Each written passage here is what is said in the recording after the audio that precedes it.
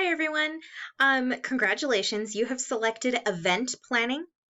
So the first thing we need to do is, of course, open up the folder, which you've already done because you're watching the video. And then open up the document. Event planning description. This group's job is to create virtual and or in-person events for students to get more involved. This can range from trivia night, book club, cooking tutorials, park day, crafting parties, literally anything that you can come up with. We're going to try to figure out how to make it happen. Okay. I do want to make it very clear that you guys have a warning. All right. Your warning is please don't get discouraged about possible low attendance at events, especially in these times. Okay. Because you just need to remember, if even one person enjoys it, then you made a difference in that person's day. And that's super important to remember. So no matter what type of event you plan, there's always the possibility that hey, it may not pan out.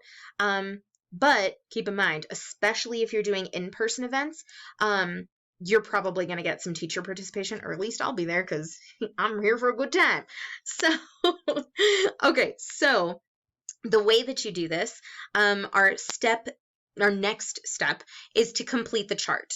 Okay, so the chart, the first thing you do is, of course, give me an event description. So this is just a brief overview of your idea. Mr. Weatherall and I will always leave comment feedback on how to move forward or if we're moving forward. You also need to include the date that you came up with it, the leader. Okay, so this may be the person who came up with the idea. It may just say you're kind of shy and you don't know if you want to be in charge. You can give this to a friend, but they have to agree to it. Same thing with team members, the people who are supposed to help you. You cannot sign someone else up to do this. They have to say hey, I'm interested in helping, and that's it. Okay. Keep in mind that we need followers just as much as we need leaders. The leader is just the person who makes the final decisions from the student perspective.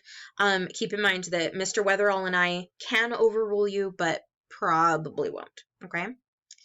All right. Well, let's go ahead and get those ideas generated. If you guys have questions, comments, concerns, please let one of us know.